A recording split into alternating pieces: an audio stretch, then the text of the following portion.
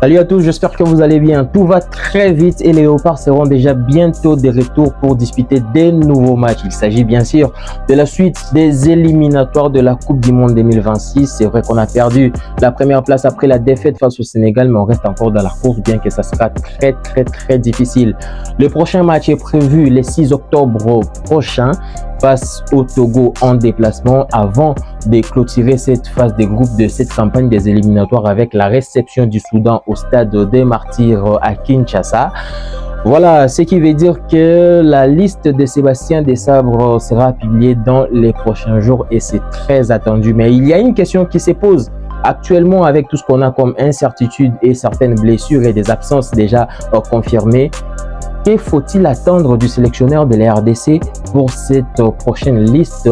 On va donc faire un petit rappel, un tout petit point sur l'état de l'effectif actuellement, mais surtout les probabilités de retour ou pourquoi pas de nouveautés. La première absence, la très grande d'ailleurs, connue de tout le monde, est celle de Yohan Wissa. Il s'est blessé face au Sénégal. Il n'a pas pu jouer son premier match avec Newcastle. Ça sera donc une absence de taille côté congolais parce qu'on connaît tous les qualités de Wissa et son apport dans cet effectif. Mis à part l'indisponibilité confirmée de Wissa, il y a quelques incertitudes. On commence par Touanzebe. Il n'a pas joué un seul match en Premier League cette saison. Il n'a même pas été retenu sur la feuille des matchs une seule fois et récemment on a appris qu'il s'était blessé. Et en parlant des indisponibilités, il y a celle d'Aaron Wan-Bissaka. Peu avant sa première convocation qu'il a honorée en sélection très récemment, il n'avait déjà pas disputé quelques matchs avec West Ham. Et depuis son retour des sélections, il n'a pas joué les moindres matchs. On se posait la question de savoir ce qui n'allait pas. D'abord, on a appris qu'il serait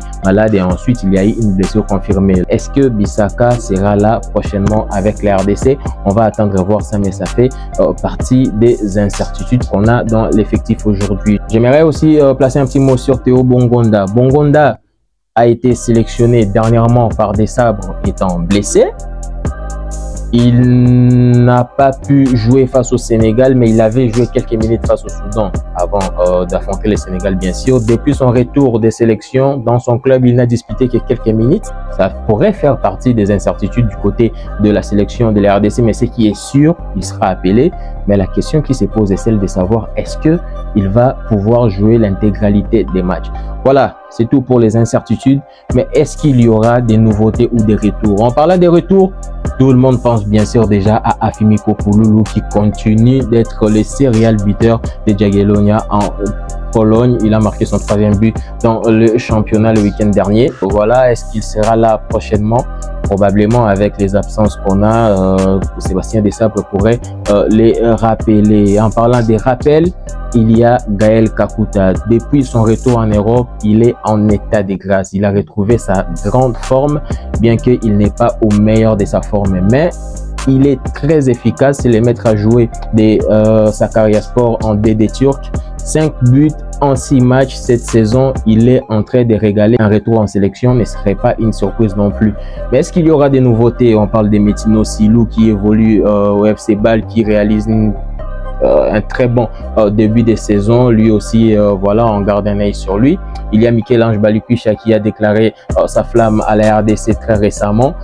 Il a rejoint Celtic Glasgow lors du mercato estival dernier. Ça pourrait également être un bon renfort. J'allais oublier un nom pour les retours, Grady Diangana. On se rappelle de sa CAN 2023 où il a été très bon. Cette saison, il fait des matchs très encourageants parce que lui, il retrouve du temps de jeu, bien qu'il n'a pas encore retrouvé son efficacité, mais ce qu'il montre sur le terrain est déjà très intéressant. Ses qualités ne sont plus à présenter, on les connaît très bien. Il évolue depuis quelques semaines du côté de Elche. Elche qu'il a recruté au dernier jour du mercato. Il a d'ailleurs joué hier en Liga. Ça fait un joueur de plus en Liga après Bakambu et Piquel, mais aussi Kamboala. Bon, Kamboala, ce n'est pas encore un international congolais, mais ça viendra. Voilà, parmi les retours, j'allais l'oublier, Diangana, lui aussi pourrait vraiment faire son retour et ça ne sera pas une surprise. Dites-moi en commentaire qui voudriez-vous voir faire son retour dans cette sélection ou venir pour la première fois en vue de ces 2 prochains matchs des éliminatoires de la Coupe du Monde 2026.